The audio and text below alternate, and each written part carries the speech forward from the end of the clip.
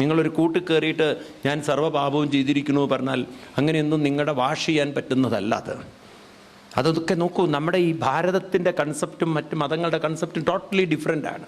നിങ്ങൾ എന്ത് തോന്നിവാസവും ചെയ്തിട്ടുണ്ടല്ലോ, ഒരു കൺഫെഷൻ കൂട്ടിൽ കയറി നിന്നിട്ട് നിങ്ങൾ പറഞ്ഞു കഴിഞ്ഞാൽ അവർക്ക് വാഷ് ചെയ്യാൻ പറ്റും അത്രേ. ഇതെന്താ ക്ലോത്ത്സോ? മനസ്സിനെ വാഷ് ചെയ്യാൻ പറ്റും എന്ന് പറയുന്നത് ഇതിനും വലിയ മൂഢത്വം വേറെ ഒന്നുണ്ട്.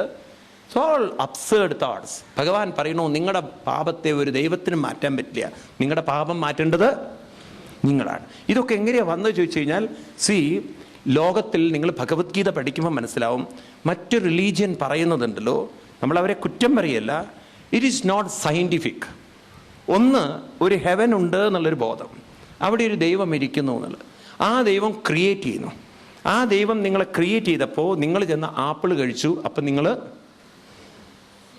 ഇങ്ങനെയാണ് ഹോൾ ഹ്യൂമാനിറ്റി വന്നിരിക്കുന്നത്. ആദം ആൻഡ് ഹവ എന്നിട്ട് ആപ്പിൾ പോയി കഴിക്കുന്നു. ആപ്പിൾ കഴിച്ചതോടുകൂടി, നിങ്ങൾ കേട്ടിട്ടില്ല, ആപ്പിൾ കഴിക്കാൻ പാടില്ല എന്നറിയില്ലേ നിങ്ങൾക്ക്? ആപ്പിൾ കഴിച്ചതോടുകൂടിയിട്ടാണ് എല്ലാ സിന്നറായി മാറിയത്. ആപ്പിൾ ഒരിക്കലും കഴിക്കാൻ പാടില്ല അത്രേ. എന്നാൽ അമേരിക്കൻ ഡോക്ടേഴ്സാ പറയുന്നത് ആപ്പിൾ കഴിച്ചാൽ ആരോഗ്യത്തിന് ഏറ്റവും നല്ലതാണ്. അതോടുകൂടി പാപമായി. ഇനി പാപം എങ്ങനെ വാഷ് ചെയ്യും? ഉടനെ പറഞ്ഞു ഞങ്ങൾ ആളുകളെ അയക്കുന്നുണ്ട് എന്ന്. അപ്പോൾ അവർ ഫാദേഴ്സിനെയും ബിഷപ്പിനെയും അയച്ചു, അവർ വാഷ് ചെയ്ത് തരുന്നു, നിങ്ങൾ അവിടെ പോയി കൊടുത്താൽ മതി എന്ന്. അങ്ങനെയാണ് ഈ സിസ്റ്റം മുഴുവൻ ഒരു ഇതൊക്കെ ഉണ്ടല്ലോ റിലീജിയസ് എക്സ്പ്ലോയിറ്റേഷനാക്കി മാറി. ഒരുപക്ഷെ ഭഗവത്ഗീതയൊക്കെ പ്രോപ്പറായി ഒന്ന് പഠിപ്പിച്ചിരുന്നുവെങ്കിൽ ഈ ലോകത്തിൽ കൺവേർഷൻ തന്നെ നടക്കില്ലായിരുന്നു. ഈ ലോകത്തിൽ ഇങ്ങനെയൊന്നും ആവില്ല സംഭവം. ഇന്ന് ഇന്ത്യയിൽ ഇത്രയധികം മുസ്ലിങ്ങളൊക്കെ ക്രിസ്ത്യൻസൊക്കെ ഉണ്ടെങ്കിൽ അവരൊക്കെ ഒരു കാലത്ത് ഹിന്ദുക്കളായിരുന്നു. ആ ഹിന്ദുക്കളായ അവരെ കൺവേർട്ട് ചെയ്യാൻ കാരണം അവർക്ക് ഗീതയെക്കുറിച്ചൊന്നും അറിയില്ലേന്നു. ഇതൊക്കെ അന്ന് പഠിപ്പിച്ചിരുന്നെങ്കിൽ ഒരു പക്ഷെ ആരെയും കൺവേർട്ട് ചെയ്യാൻ സാധ്യമല്ല എന്നല്ല, ഇങ്ങോട്ട് കൺവേർട്ട് ചെയ്യാൻ വന്നവരെ പോലും നമുക്ക് അങ്ങോട്ട് ഭഗവത്ഗീത പഠിപ്പിച്ച് വിടാമായിരുന്നു. മനസ്സിലാവുണ്ടല്ലോ, ഞാനിത് വെറുതെ പറയല്ല. ഈ കാര്യങ്ങളൊക്കെ ഇംപ്ലിമെൻ്റ് ചെയ്യുന്ന കാര്യം ഇന്നിപ്പോൾ അമേരിക്കക്കാരാണ് ഇതൊക്കെ പഠിക്കുന്നത്. അവർക്കിതൊക്കെ മനസ്സിലാകുമ്പോൾ അവർ ഹിന്ദു സംസ്കാരത്തിലേക്ക് വരുന്നുണ്ട്. അപ്പം അതുകൊണ്ട് ഈ സത്യം നമുക്ക് തിരിച്ചറിയണം. നിങ്ങളുടെ പാപത്തെ, നിങ്ങളുടെ ദുഃഖങ്ങളെ മാറ്റാൻ ആർക്കേ പറ്റുള്ളൂ? അതുകൊണ്ട് കൃഷ്ണൻ 2 ഡെഫിനിഷൻ പറയും. സ്വർഗം നരകം എന്നുള്ളതിന് ഡിഫൈൻ ചെയ്യും. ഇത് എഴുതി വെക്കേണ്ടതാണ്. ഈ സ്വർഗം നരകം എന്നുള്ളത്, വാട്ട് യു മീൻ ബൈ സ്വർഗം?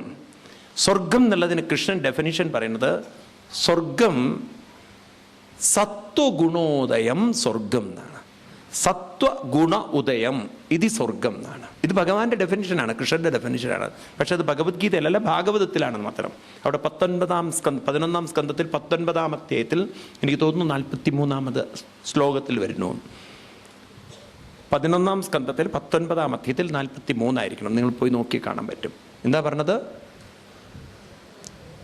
സത്വ ഗുണോദയം, സത്വഗുണം ഉദിക്കുന്നതാണ്, കൂടുന്നതാണ് സ്വർഗം. അല്ലാതെ അത് എവിടെയോ മറ്റൊരു രാജ്യമല്ല എന്നർത്ഥം. ഇപ്പം നിങ്ങളുടെ മനസ്സ് എല്ലാ ഡിസ്റ്റർബൻസിനെയും വിട്ട് നല്ല ചിന്തകളിലേക്ക് അത് ഡൈവേർട്ട് ചെയ്ത് അതിൽ ഇൻവോൾവ് ചെയ്യുമ്പോൾ നിങ്ങളുടെ ഉള്ളിൽ പോസിറ്റീവ് ഗുണങ്ങൾ കൂടുമ്പോൾ ആ ഒരു എക്സ്പീരിയൻസിൻ്റെ പേരാണ് ഏത്? സ്വർഗം. അപ്പോൾ ആ സ്വർഗം ഉണ്ടാക്കേണ്ടത് ആരുടെ ജോലിയാണ്? നിങ്ങളുടെ ജോലിയാണ്. ഇനി രണ്ടാമത്തത് നരകം എന്നുള്ള വാക്ക്. നരകം തമ ഉന്നാഹം. തമ ഉന്നാഹം, ഉന്നാഹം, തമ ഉന്നാഹം, തമോ ഗുണം ഉന്നാഹം. തമോ ഗുണം കൂടുന്നതാണ് നരകം. തമോ ഗുണം എന്ന് പറഞ്ഞാൽ ദുഃഖം എന്നർത്ഥം, ഡിസ്റ്റർബൻസ് എന്നർത്ഥം, എല്ലാ വിധത്തിലുള്ള നെഗറ്റീവ് തോട്ട്സ്. ഈ നെഗറ്റീവ് തോട്ട്സ് മൈൻഡിൽ കൂടി വരുന്നതാണ് ഏത്? പറയൂ, നരകം എന്നർത്ഥം. അപ്പം എവിടെയാണ് നരകം ഉള്ളത്? ഇത് രണ്ടും മൈൻഡുമായി റിലേറ്റ് ചെയ്തിരിക്കുകയാണ്. നോക്കൂ, നമ്മുടെ ഈ ഫിലോസഫി ഉണ്ടല്ലോ കുറേ കൂടി പ്രാക്ടിക്കലാണത്. നിങ്ങൾക്ക് മനസ്സിലാവാൻ പറ്റും. നിങ്ങളുടെ മനസ്സിൽ വിഷമങ്ങളും ദുഃഖങ്ങളും ഇരിക്കുന്നെങ്കിൽ നിങ്ങൾക്ക് അപ്പം മനസ്സിലാവണം എവിടെ ഇരിക്കണോ? സ്വർഗത്തിലോ? നിങ്ങളിരിക്കുന്നത് നരകത്തിലാണ്. ഇനി നിങ്ങൾ വേറെ എവിടെയും നരകം അന്വേഷിച്ച് പോകണ്ട. അതുകൊണ്ടാണ് പലരും പാടുന്നത് നരകത്തിൽ നിന്നും കരകയറ്റിയിടണം. കാരണം അവർ നരകത്തിലാണ് ഇരിക്കുന്നത്. അത് നമ്മുടെ നാട്ടിൽ പഴയ കാലത്തുണ്ടല്ലോ വലിയ വിഷമം തോന്നും. പാവം ഭർത്താവ് വൈകുന്നേരം ജോലിയൊക്കെ വിട്ട് വരുമ്പോഴാണ് അമ്മയും മക്കളും കൂടി ഇരുന്ന് പാടുക, നരകത്തിൽ നിന്നും കരകയറ്റി. അയാളാണ് നരകം ഉണ്ടാക്കിയതുപോലെ എന്നുള്ളത്. അതാണ് നമ്മുടെ ഒരു പഴയ കൾച്ചർ. അപ്പോൾ നരകവും സ്വർഗവും ഇത് ആരും ഉണ്ടാക്കുന്നതല്ല, എവിടെയുമല്ല, ഇതെല്ലാം നിങ്ങളുടെ മനസ്സിലാണ്. If you are so weak you are in hell, if you are so positive you are in heaven. അപ്പം നമ്മളതങ്ങനെ ശീലിച്ചു. ഇപ്പം നമ്മൾ നരകത്തിലെ വളരെ എക്സ്പേർട്ടുകളാണ്. ഇപ്പം നമ്മൾ നരകാണെന്ന് പോലും അറിയുന്നില്ല. കാരണം അതൊരു സുഖം പോലെ, അതൊരു സുഖം പോലെയാണ്. ഞാനിവിടെ പറഞ്ഞ ജോക്കാണ്, അത് നമുക്ക് മറക്കാൻ പറ്റില്ല. അതുകൊണ്ടത് വേണ്ട ജോക്കാണത്. ഈ കണ്ണൂർ ഓരോ നാട്ടിലും ഭാഷയില്ലേ, അതുപോലെയാണ് ഈ നരകം. അത് കുറേ പറഞ്ഞാൽ പിന്നെ അത് തെറ്റാണെന്ന് പോലും തോന്നില്ല. ഞാൻ നിങ്ങളോട് പറഞ്ഞിട്ടുണ്ടാവും ഒരിക്കലും, ഒരു കണ്ണൂർ ഒരു സ്കൂളിൽ DO ഇൻസ്പെക്ഷന് ചെല്ലുന്നത് തിരുവനന്തപുരത്തുകാരാണ്. അപ്പോൾ ഈ തിരുവനന്തപുരം കോട്ടയംകാർക്ക് ഭാഷ വളരെ പർട്ടിക്കുലറാണല്ലോ. ഈ മലബാറിൽ അവർക്ക് ഭാഷ ഒരു പർട്ടിക്കുലറില്ല, അവരെന്ത് വേണമെങ്കിൽ സംസാരിക്കും. അപ്പോൾ ഇദ്ദേഹം സ്കൂളിൽ ചെന്നപ്പോൾ കുട്ടി വളരെ ലേറ്റായിട്ട് വന്നു. 9 മണിക്ക് ക്ലാസ്സിലെത്തേണ്ട കുട്ടി 9:45 വന്നു. ഇതേ ഇൻസ്പെക്ഷന് ചെന്നപ്പോൾ ചോദിച്ചു, എന്താ കുട്ടി ഇങ്ങനെ വൈകി വന്നതെന്ന്. ഉടനെ കുട്ടി പറഞ്ഞു, മഴ പെയ്ത് വൈകി കൊയകൊയാന്നിരിക്കണമെന്ന്, അതുകൊണ്ടാണ് ഞാൻ വൈകിയതെന്ന്. അപ്പോൾ ഇത് കേട്ടപ്പോൾ ഇദ്ദേഹത്തിന് DOക്ക് വളരെ വിഷമമായി. 9ാം ക്ലാസ്സിൽ പഠിക്കുന്ന കുട്ടി, നല്ല മലയാളം ഉച്ചരിക്കേണ്ട കുട്ടി, ഇവൻ മഴ പെയ്ത് വൈകി കൊയകൊയാന്നിരിക്കണമെന്ന്. അപ്പോൾ ഇദ്ദേഹം class teacher, what is this sir? വെറുതെ അല്ല ഗവൺമെൻറ് സ്കൂളിൽ കുട്ടികൾ കുറയുന്നത്, നിങ്ങൾ ഇങ്ങനെയൊക്കെ പഠിപ്പിച്ച കുട്ടികൾ വരാതിരിക്കുമോ? അപ്പോൾ അദ്ദേഹം പറഞ്ഞു, സാർ അതിനെക്കുറിച്ച് വിഷമിക്കേണ്ട, അവർക്കത് പറഞ്ഞ് പയക്കായിരിക്കണോ സാറിന്? ഈ പഠിപ്പിക്കുന്ന ആൾ തന്നെയാണ് പഠിപ്പിക്കുന്നത്. ഇദ്ദേഹത്തിന് ഭയങ്കര വിഷമായി. ഇദ്ദേഹം ഒരു ഓട്ടാണ് അവിടുന്ന്. നേരെ ഹെഡ് മാസ്റ്ററുടെ റൂമിലെത്തിയിട്ട് പറഞ്ഞു, ദിസ് ഇസ് ടു മച്ച് എന്ന്. ഞാൻ ഇങ്ങനെയൊന്നല്ല നിങ്ങളുടെ സ്കൂളിൽ പ്രതീക്ഷിച്ചത്. ഞാൻ കുട്ടിയോട് ചോദിച്ചു, എന്താ കുട്ടി വൈകുമെന്ന്. കുട്ടി പറയണോ വൈകി കൊയകൊയാന്നിരിക്കണം മഴ പെയ്തിട്ട്. ഞാൻ മാഷോട് ചോദിച്ചു, എന്താ മാഷ ഇങ്ങനെ? അയാൾ മലയാളം മാഷാണ്, അതാ രസം. അയാൾ ചോദിച്ചപ്പോൾ അയാൾ പറയും, ഇതൊക്കെ പയക്കായിരിക്കണമെന്ന്. ഞാനിത് കംപ്ലയിൻറ്റ് ചെയ്യും, ഇങ്ങനെ വെറുതെ വിടാൻ പറ്റില്ല. അത് കേട്ടപ്പോൾ ഹെഡ് മാസ്റ്റർ ചാടിയിട്ട് പറഞ്ഞു, സാർ ഈ കാര്യത്തിൽ ഒരു കുഴപ്പമുണ്ടാക്കരുതെന്ന്. അപ്പം അദ്ദേഹത്തിന് മനസ്സിൽ മൊത്തം പ്രോബ്ലമാണ്. ഇതിന് ഇമ്പ്രൂവ് ചെയ്യിക്കാൻ പ്രയാസമാണ്. അവർക്ക് തെറ്റാണെന്ന് തോന്നില്ല.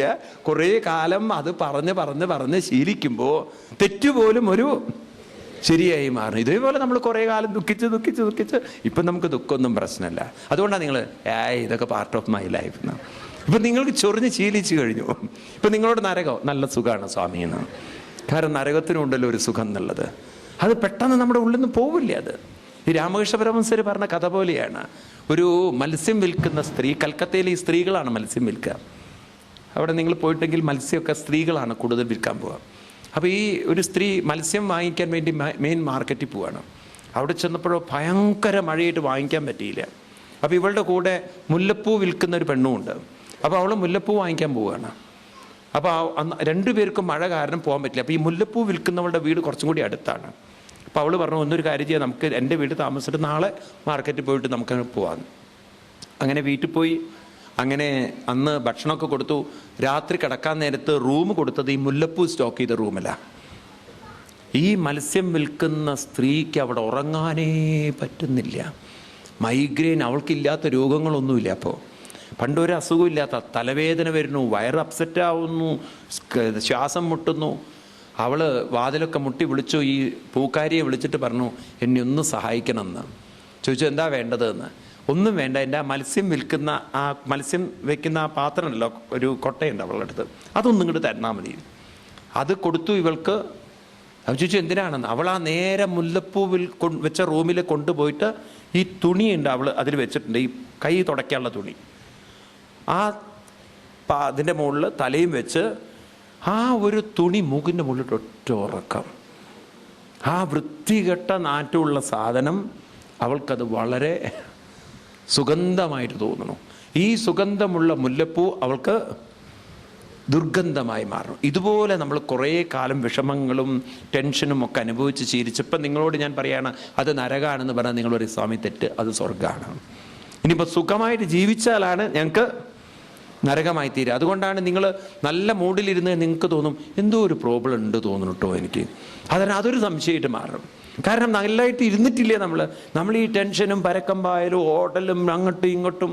നിങ്ങൾ നോക്കൂ, ഒരു ദിവസം ഫോൺ കോളും ഇല്ല, ഒരു ദിവസം TV പ്രോഗ്രാം ഇല്ല, വളരെ ശാന്തം. പക്ഷെ നിങ്ങൾക്ക് ശാന്തതയല്ല തോന്നുക, നിങ്ങൾക്ക് ഹെല്ലായിട്ടാണ് തോന്നുക. നേരെ മറിച്ച് നിങ്ങൾക്ക് രാവിലെ മുതൽ നിർത്താതെ ഫോൺ കോൾ വരണോ, നിങ്ങൾക്ക് ഓരോരോ ടെൻഷൻ വരണോ, നിങ്ങൾ പറയും എന്തോ ഒരു സുഖമാണെന്ന്. കാരണം അതിലും ഒരു സുഖമുണ്ട് എന്ന്. ആണോ അല്ലയോ? ഈ ടെൻഷൻ തന്നെ നമുക്കിന്നൊരു സുഖമാണ്. അപ്പം നമ്മളോട് പറയാണ് തമ ഉന്നാഹെന്ന്. നിങ്ങൾ പറയും ഞാൻ തമസിൽ ജീവിച്ചോളാം. മനസ്സിലാവുണ്ടോ നിങ്ങൾക്ക്? അപ്പോൾ ഇവിടെ പറഞ്ഞു വരുന്നത്, നാം കുറേയൊക്കെ നമ്മുടെ ലൈഫിനെ നമ്മൾ അനലൈസ് ചെയ്യുമ്പോൾ നമുക്ക് തമസിൽ നിന്ന് മാറാൻ പറ്റില്ല, ഡിസ്റ്റർബൻസിൽ നിന്ന് മാറാൻ പറ്റില്ല. പക്ഷെ നമുക്ക് വേണമെങ്കിൽ നമ്മുടെ മൈൻഡിനെ അതിൽ നിന്നും